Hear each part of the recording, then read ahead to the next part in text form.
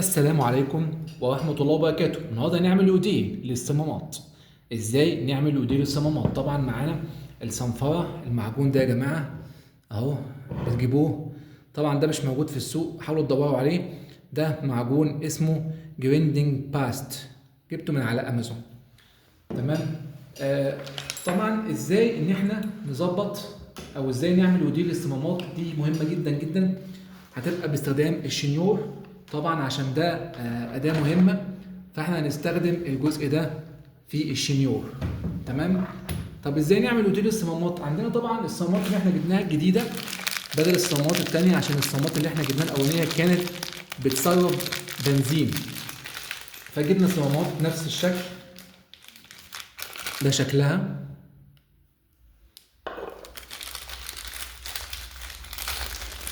ده الكبير وده الصغير اهو.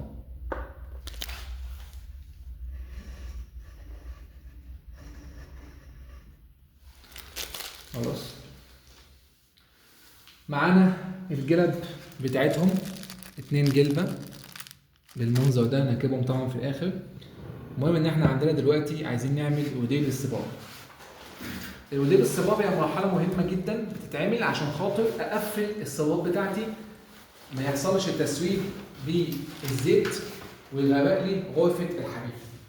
طب طبعا نزل قوي كتير في اليوتيوب ان انا عايز اعمل اوديل الصباب بالمنظر ده. طبعا لازم يكون معايا سطح مكتب عشان ابدا اعمل وديه في الاتجاه الاولاني او في الاتجاه التاني.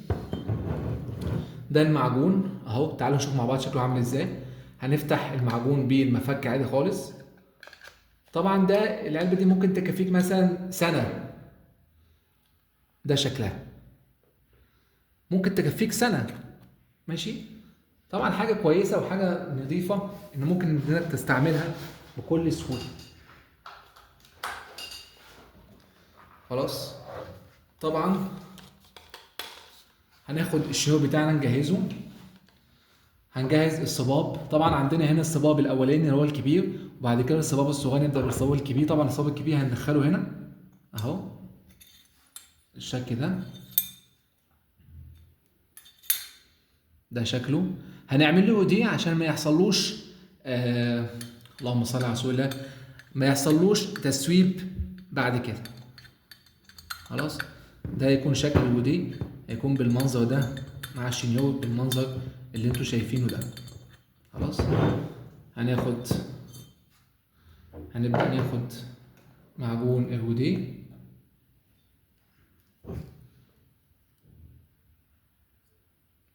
بالمنظر ده، نحط على أطراف الودي. طبعا العملية دي مهمة جدا ولازم تتعمل. الناس اللي هي جابت صمامات جديدة أو الصمامات بتاعتها باظت، ده ودي ده مهم جدا عشان يقفل الأجزاء بتاعتي. طبعا الصنفرة الناعمة دي مع الوقت بتبدأ تنشف وتبدأ تملس السطح بتاعي، يبقى إيه، مطبع مع الشكل. ماشي كده اهو. خلاص. بعد كده هنقفل. طبعا انا بشرح كل حاجه بالتفصيل بالتفصيل عشان خاطر الناس اللي كانت بتقول لي انا عايزين كل حاجه تفصيليه. حاضر، انا بشرح لكم كل حاجه دلوقتي بالتفصيل اهو.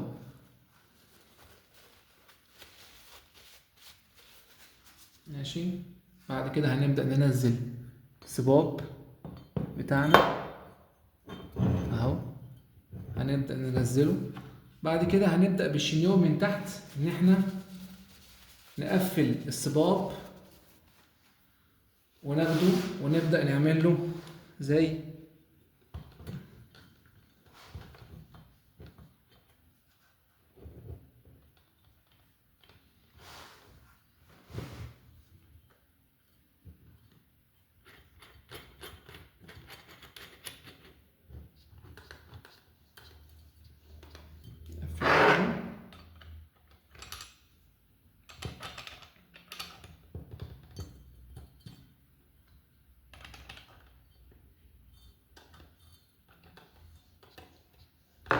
زي ما انتم شايفين العمليه اهي. بالمنظر ده.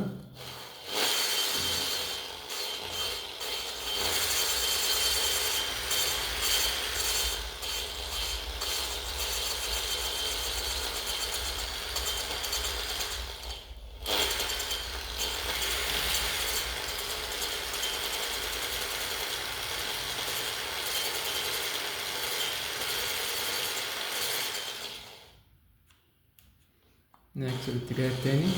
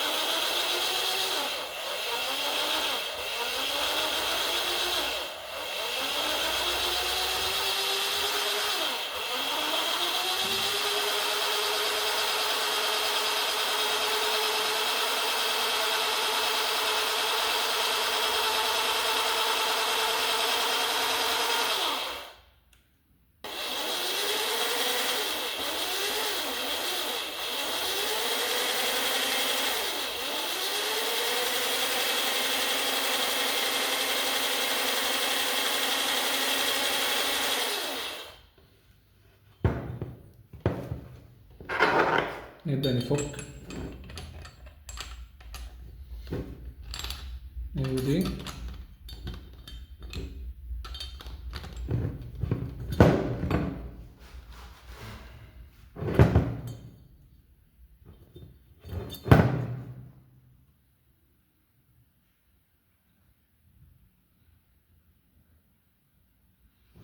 زي ما انتوا شايفين معايا. عايز اوريكم الفرق ما بين اللي معمول له اوديه واللي مش معمول له اوديه اهو. مش عارف واضح قدامكم في الكاميرا ولا مش واضح.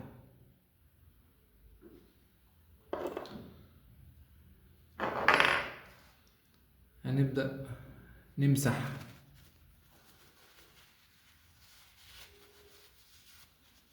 الجزء بتاع الصنفرة.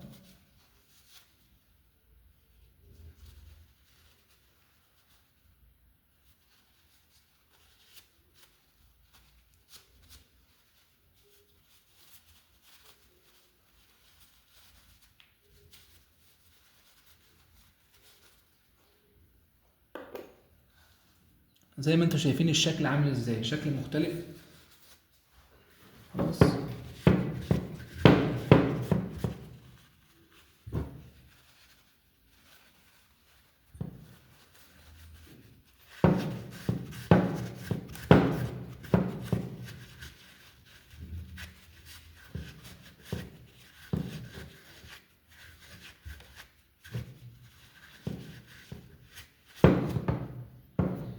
بعد كده هنبدأ الصمام التاني من البنزين.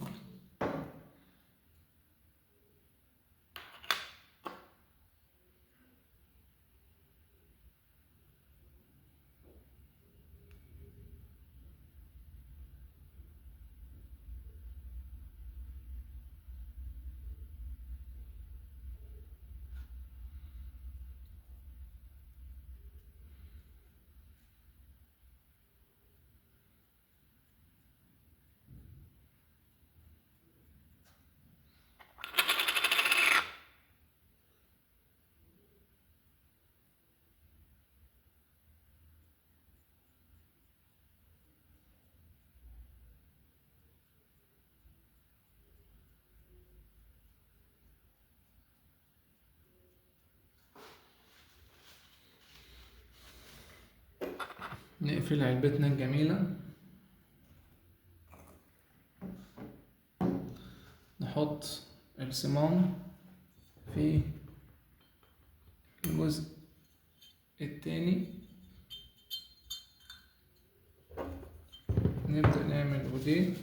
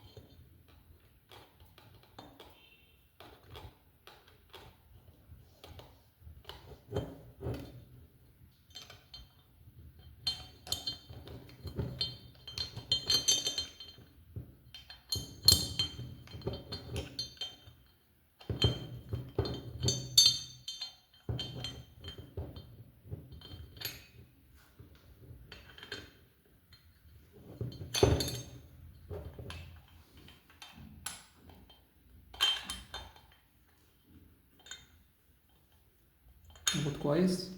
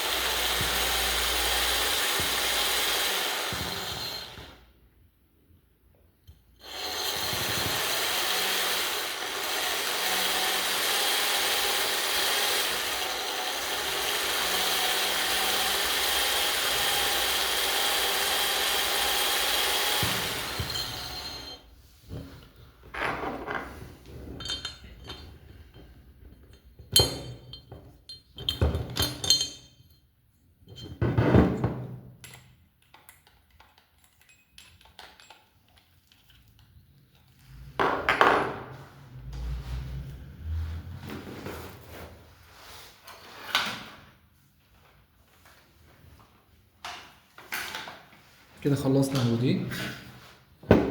طلع الصمام.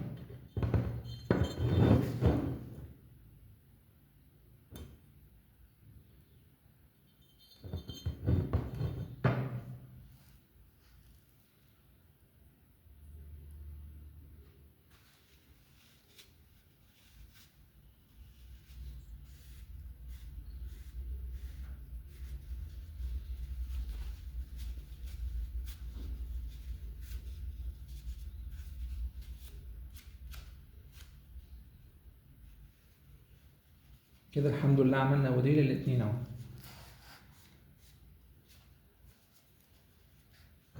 طبعا على اليوتيوب تقريبا مفيش حد بيعمل ودي لايف كده، يعني الناس كلها ما بتعملش ودي لايف. مظبوط. نمسح الاجزاء بتاعتنا.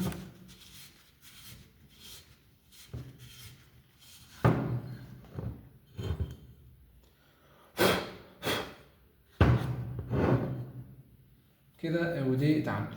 طب الخطوة الجاية بقى سهلة بسيطة، نبدأ نحط الصمام الكبير مكانه،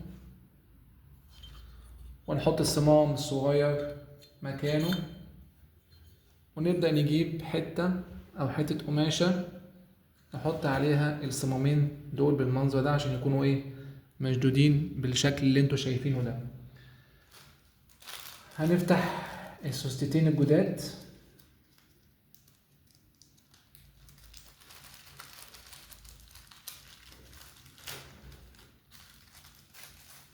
جلب الجداد، جلب الصباغ.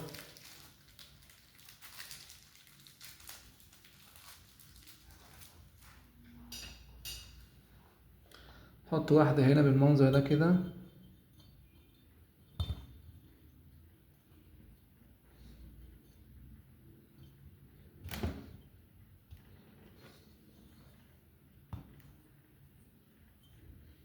واحدة الناحية التانية.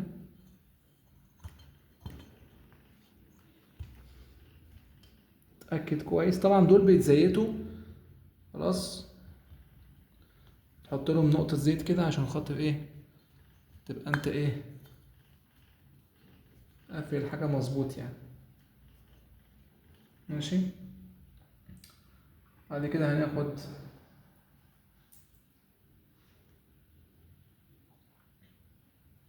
الصوص بتاعتنا.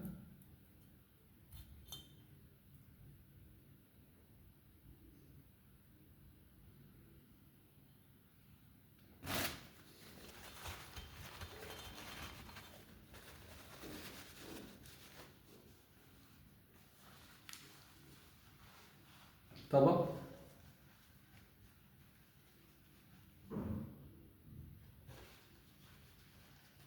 طبعا كل الحاجات دي بتتنضف وتتمسح، متتحطش كده يعني.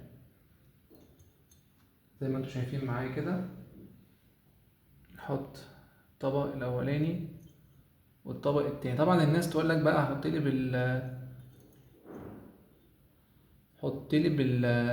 اعمل لي بالزرجينة، ولا اعمل لي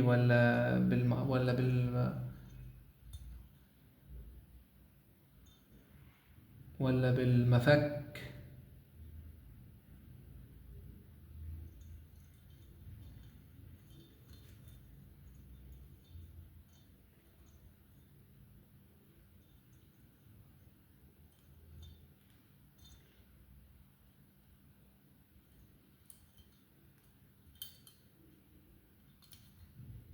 ماشي. بصوا بقى ازاي عشان اقولها لكم بايديكم كده، بالايد كده بصوا. ماشي بالايد. دخلوا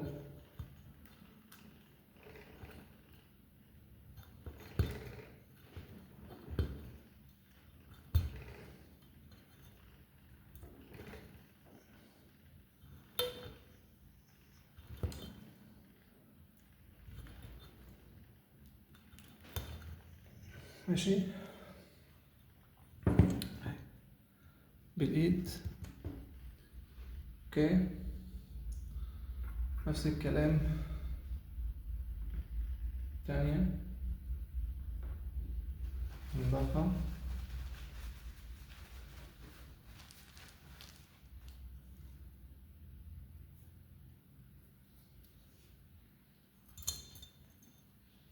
طبق بالايد، مفيش حاجه اسمها بالمفك والكلام ده، وهنضرب عليها دلوقتي عشان نتاكد ان هي اتقفلت مظبوط.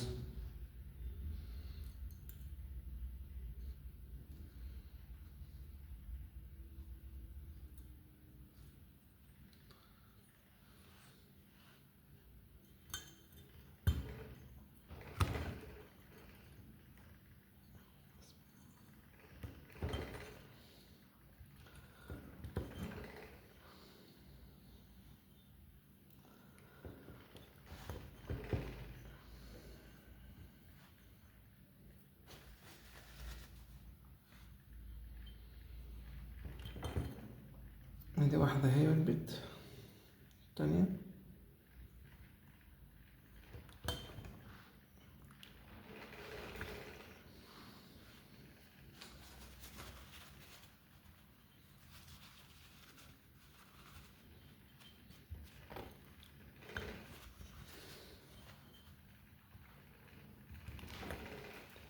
وادي التانية اهي ركبت زيها.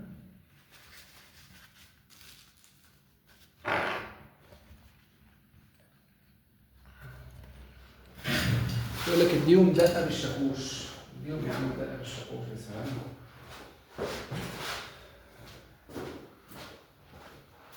عشان نتأكد ان هما دخلوا يعني خلاص يعني.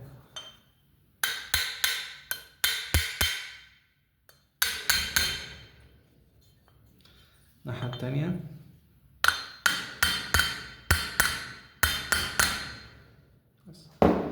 كده تمام. نعمل بقى اختبار البنزين، يلا بينا.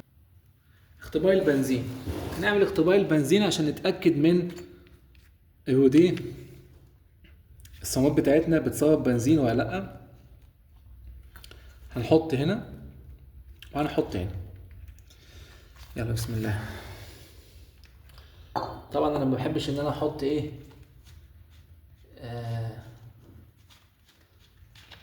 يعني كتير، فهحط قليل عشان بس اختبر معاكم، معاكم الصمامات عامله ازاي.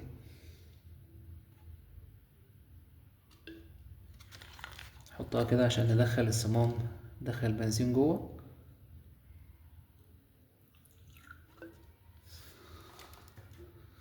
ونشوف اختبار البنزين.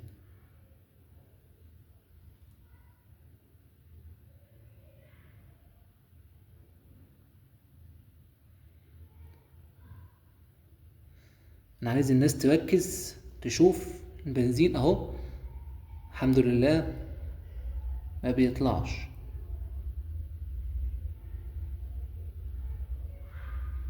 مفيش اي تسريب للبنزين خالص. ماشي، ناخد شوية دول ندلقهم هنا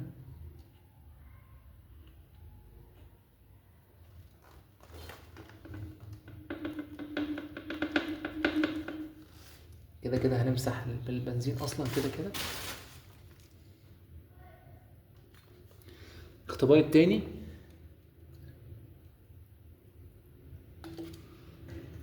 التاني، تأكد بس ان هو ما بيصرفش بنزين، تأكد ان هو ما بيصرفش بنزين اهو اهو. الحمد لله. تأكيد رقم 2.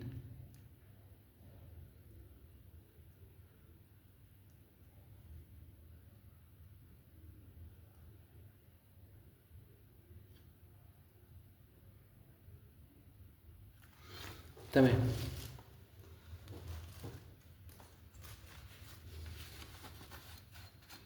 هنبدأ نغسل بالبنزين، وتبقى دي كده خلاص جاهزة على العمل على طول مباشرة.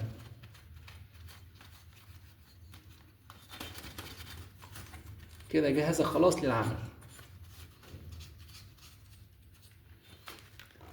كده الحمد لله ظبطنا الصمامات، طبعا دي طبعا اللهم لك الحمد يعني، وما توفيقي الا بالله. طبعا ده فضل ربنا عز وجل علينا. احنا اتعلمنا ازاي نعمل موديل الصمامات، ازاي نعمل كل تفاصيل الصمامات. الحاجات دي مهمه جدا، وازاي ان احنا نتعلمها ده مهم جدا في شغلنا. تمام. يبقى احنا غيرنا جلب وغيرنا صمامات كامله، جبنا صمامات تانية خالص. عشان ايه؟ عشان القديمه كانت بتسرب بنزين. وعملنا موديل الصمامات معاكم دلوقتي، واختبرنا الصمامات، والحمد لله طلعت الصمامات ما بتنفذش بنزين كده. الزيت مش هيتسرب من الصمامات تاني، وان شاء الله مش هيحصل دخنه في السكوتر مره اخرى.